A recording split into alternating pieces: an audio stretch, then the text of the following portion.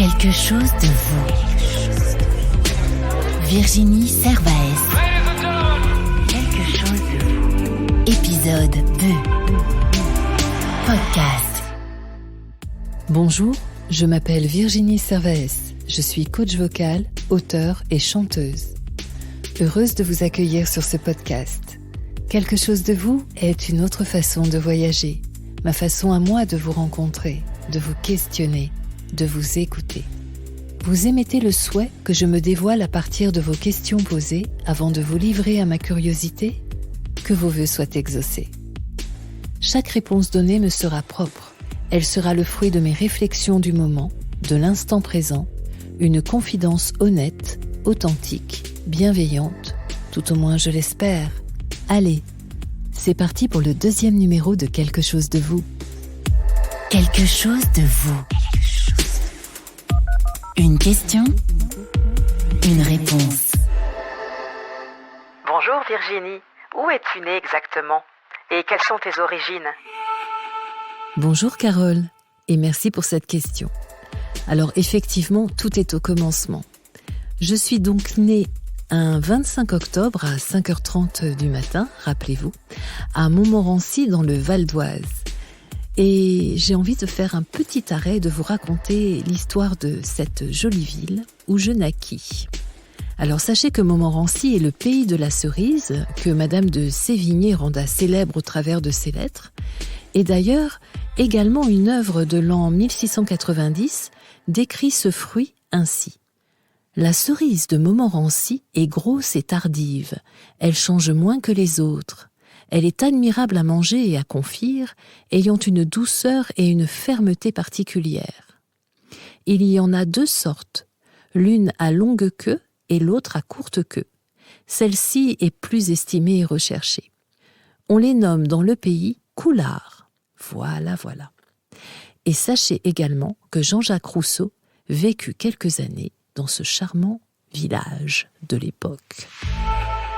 Quant à mes origines, je suis métisse, au plus simple franco-sénégalaise, et en remontant les arbres généalogiques, vous apprendrez que du côté de ma mère, nous sommes portugais, espagnols et bretons, et du côté de mon père, il y a un peu de malien, de mauritanien et de Haute-Égypte, anciennement Nubie. Voilà. Bonjour Virginie, peux-tu nous parler d'un mentor ou d'un personnage inspirant pour toi?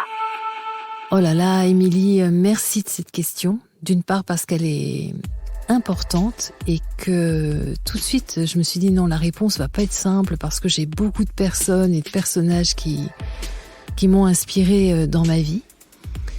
Et il y en a quand même une qui sort tout de suite du lot, c'est mon grand-père.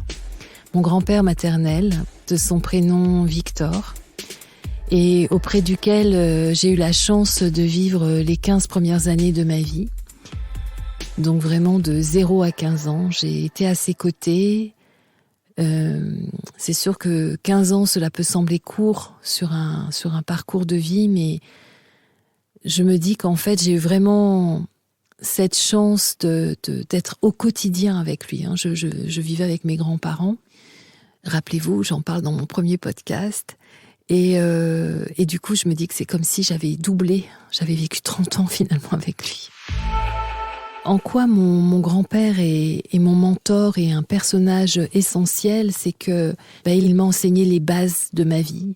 En termes de valeurs déjà, comme l'honnêteté, la politesse, le respect d'autrui, la franchise, la générosité. Il représente aussi pour moi une figure emblématique, importante.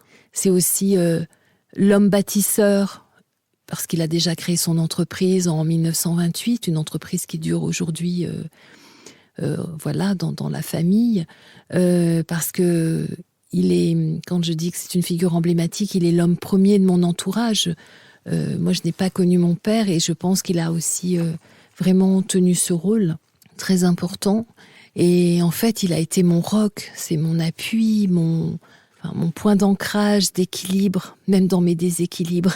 Après, il m'a rendue courageuse, persévérante, même d'aller de l'avant, de me relever chaque fois que je tombais, que je pouvais manger la poussière.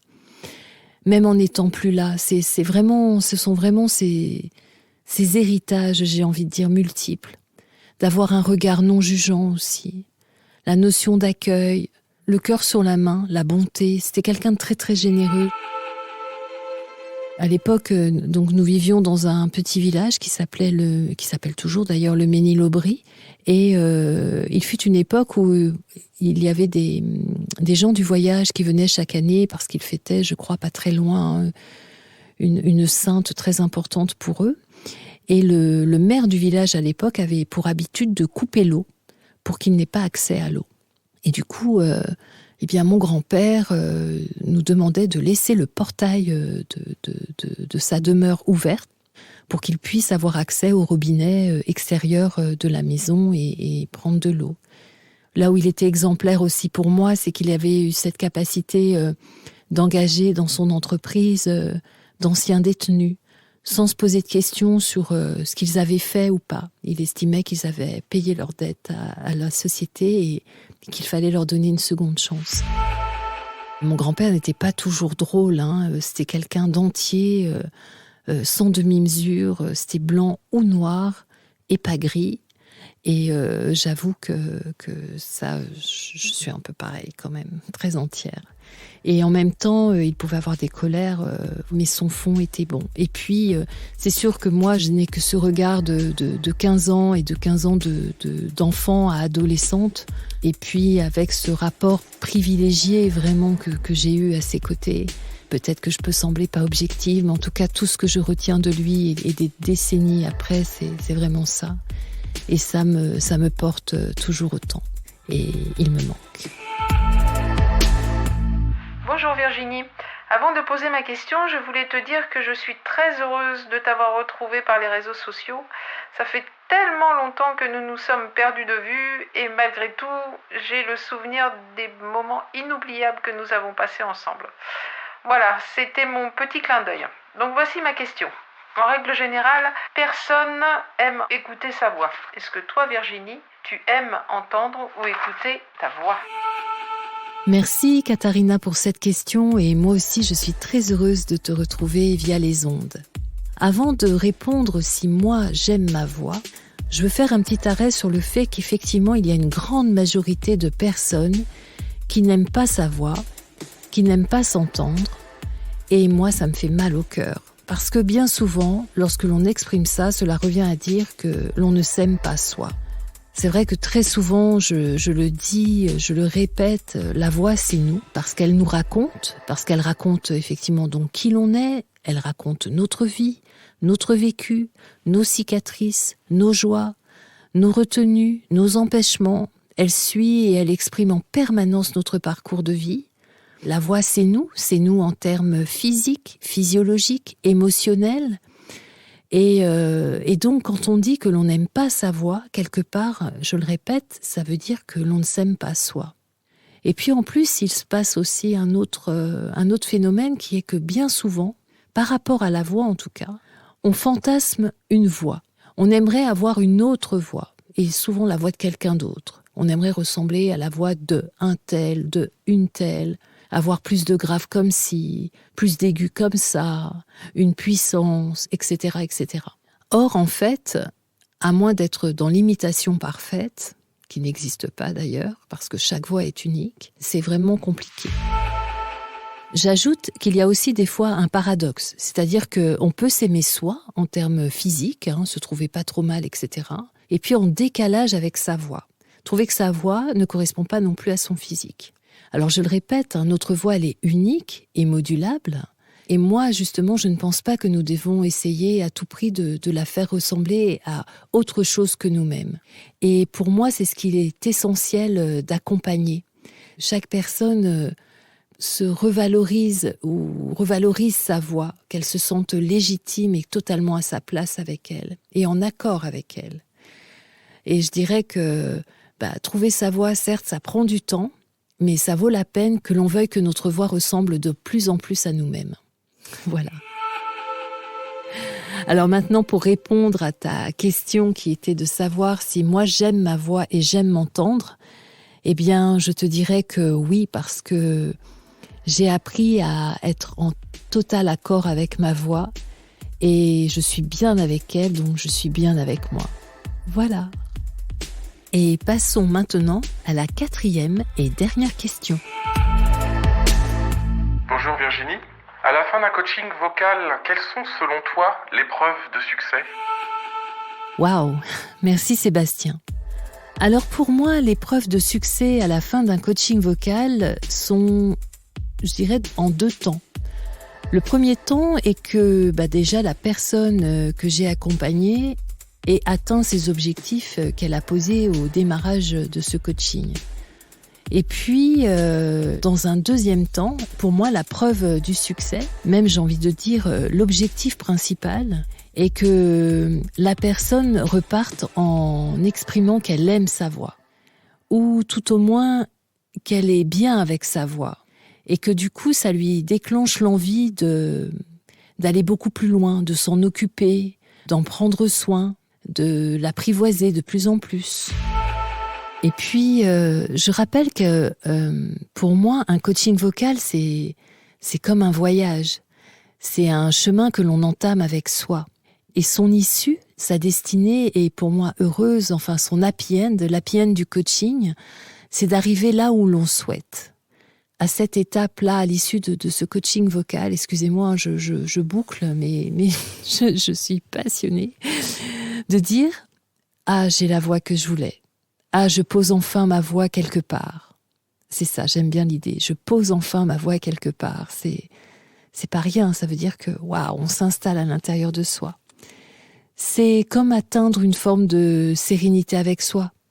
Et puis de se dire que ce n'est qu'une étape. Car, comme je disais précédemment, nous continuons bien sûr d'évoluer, de nous former, et par ricochet, bien notre voix aussi. Et elle suit tellement qui l'on est.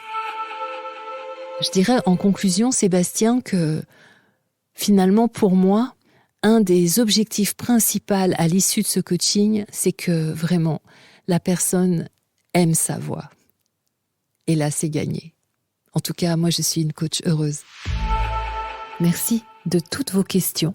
Et maintenant, c'est l'heure d'un petit jeu que j'ai mis en place. Quelque chose de vous. Le jeu. Pour participer au jeu, il vous suffit tout simplement de m'adresser la question de votre choix à laquelle vous souhaitez que je réponde. Je les lis toutes et les sélectionne. Elles passeront ainsi à l'antenne et vous permettront de gagner mon livre « Trouver sa voix et faire son chemin » paru aux éditions Erol en juin 2018. Alors, envoyez-les-moi à quelquechosdevous@gmail.com. Hâte de vous lire. Quelque chose de vous et de votre voix. Parce que votre voix, c'est vous. Merci Philippa Phoenix de me recevoir. Alors toujours par voix céleste, car en ces temps confinés, c'est le moyen le plus sûr d'échanger. Vous nous faites donc l'honneur d'être l'invité de ce 2e podcast Quelque chose de vous. Et vous qui pensez ne pas connaître Philippa Phoenix, je vous assure que vous l'avez déjà vue quelque part. Alors, je dirais dans une pub ou une web-série, ou encore en musique avec le groupe Les DS. Et même un film. Le dernier en date est Le Mystère Henri Pic avec Fabrice Lucchini, ou encore une série. Alors là, je ne me prive pas de vous en citer plusieurs. Au plus loin, Plus belle la vie, Section de recherche, Tandem, Shérif. Et depuis 2018, dans le rôle de Fatim Saghi, médecin légiste de la série Balthazar. Mais encore dans celui de Joséphine Vanhove, danseuse contemporaine de la série Osmosis, diffusée sur Netflix. J'ajoute, Philippa est une jeune femme passionnée, passionnante, à la joie de vivre, virale, une guerrière pacifiste aux multiples ressources sacrées, en symbiose avec le temps présent, à l'écoute du rythme du monde et de sa petite voix intérieure. Chère Philippa Phoenix, que nous dit votre voix de vous ? Qu'a-t-elle envie d'exprimer dans l'instant ?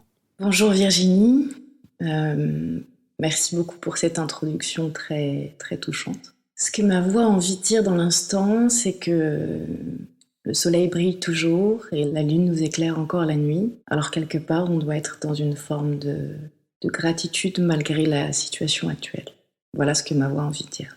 Qu'observez-vous du monde extérieur ? Quelle résonance et écho à votre monde intérieur ? Ce que j'observe à l'extérieur, c'est une forme d'agitation, mais pas au sens négatif du terme. Quelque part, je vois un retour aux sources forcées, ce qui nous pousse à reconsidérer nos actions, peut-être notre futur.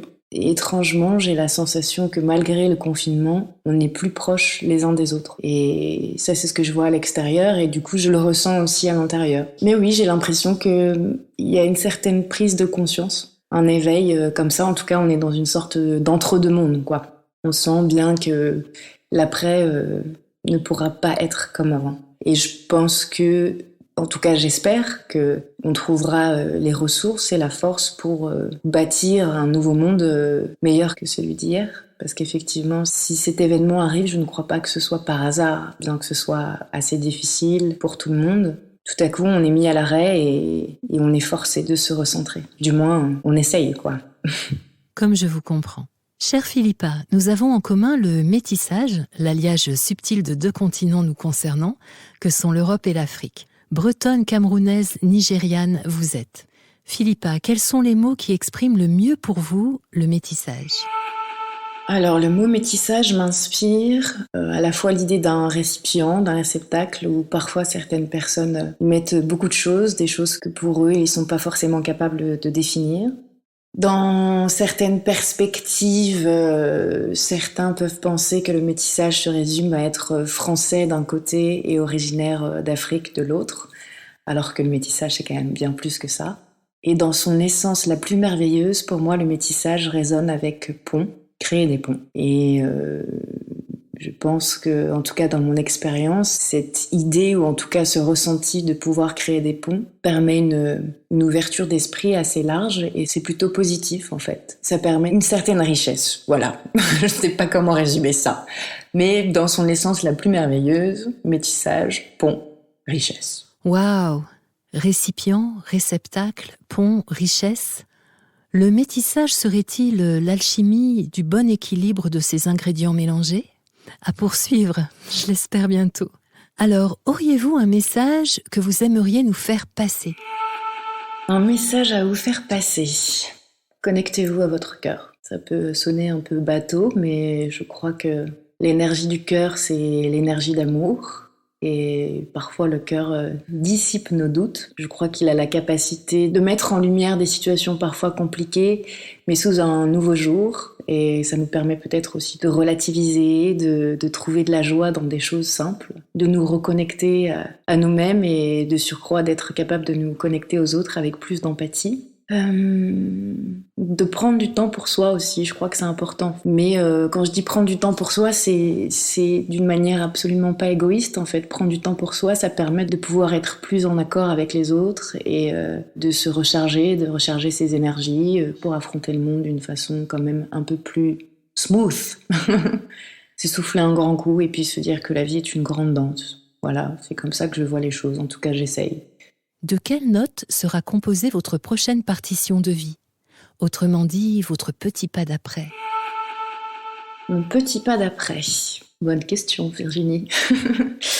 Mon petit pas d'après sera probablement prendre plus le temps de voir les gens que j'aime. Et aussi, peut-être, commencer une activité parallèle à l'acting qui serait peut-être en lien avec les énergies. C'est quelque chose qui m'avait traversé l'esprit il y a quelques années, mais de là en faire un métier, non. Mais aujourd'hui, vu que je me dis que je ne suis pas certaine que je pourrais réexercer mon métier un jour, il faut bien que je trouve une porte de sortie.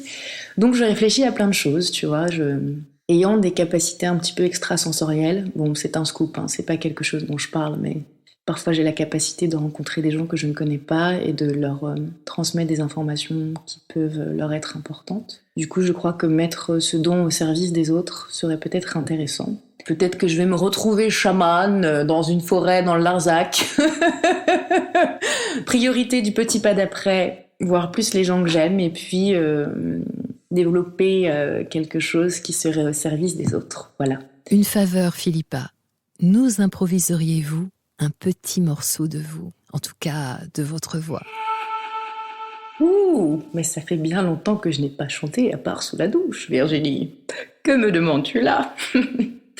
Jouons le jeu. I'm sending you positive vibration, positive vibration, positive vibration, vibration.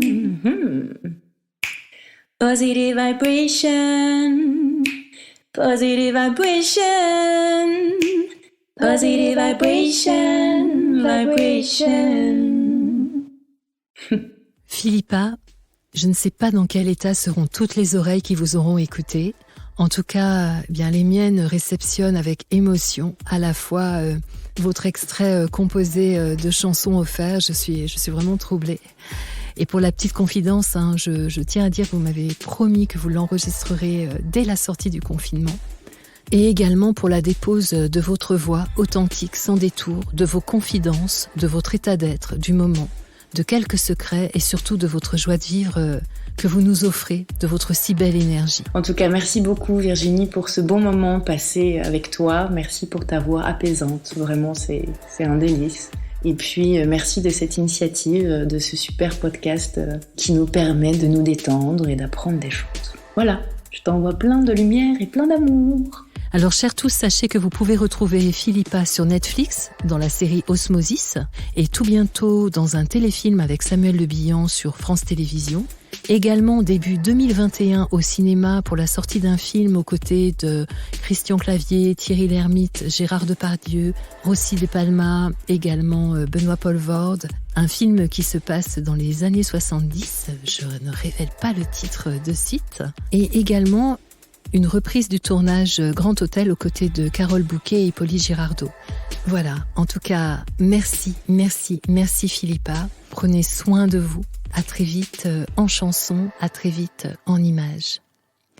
Positive vibration, positive vibration. Quelque chose de vous. Quelque chose à vous. Lire. Ah, ce petit air joyeux qui reste dans la tête et que vous entendrez bientôt sur les ondes, je vous le promets, présage de la lecture de mon écrit inspiré que je souhaite vous dire. Une douce euphorie m'habite cet après-midi, et oui, cette fois-ci, je suis en accord avec le soleil. Ah, moi et les astres. Je me suis mise à son heure, 15h30, précisément, tout de suite. Comme ils sont bons ces rayons, enfin, ceux que j'arrive à capter de ma fenêtre. Merci le soleil. Tu participes à cette sensation paisible et douce qui m'accompagne depuis ce matin. De celle où je suis heureuse parfois avec le sentiment d'avoir accompli de grandes choses et que plein d'autres sont à venir. Et dans cet espace-temps de bonheur suspendu, je voulais célébrer l'amitié, tout au moins en parler. Il y a quelques jours, j'ai revu ce film magnifique, Les Évadés, 2h30 de bobine où pour moi se sont exprimés l'hymne à la liberté, mais surtout l'hymne à l'amitié. L'amitié, sans elle, je ne serais. L'amitié peut être forte, émouvante, permanente et de l'instant.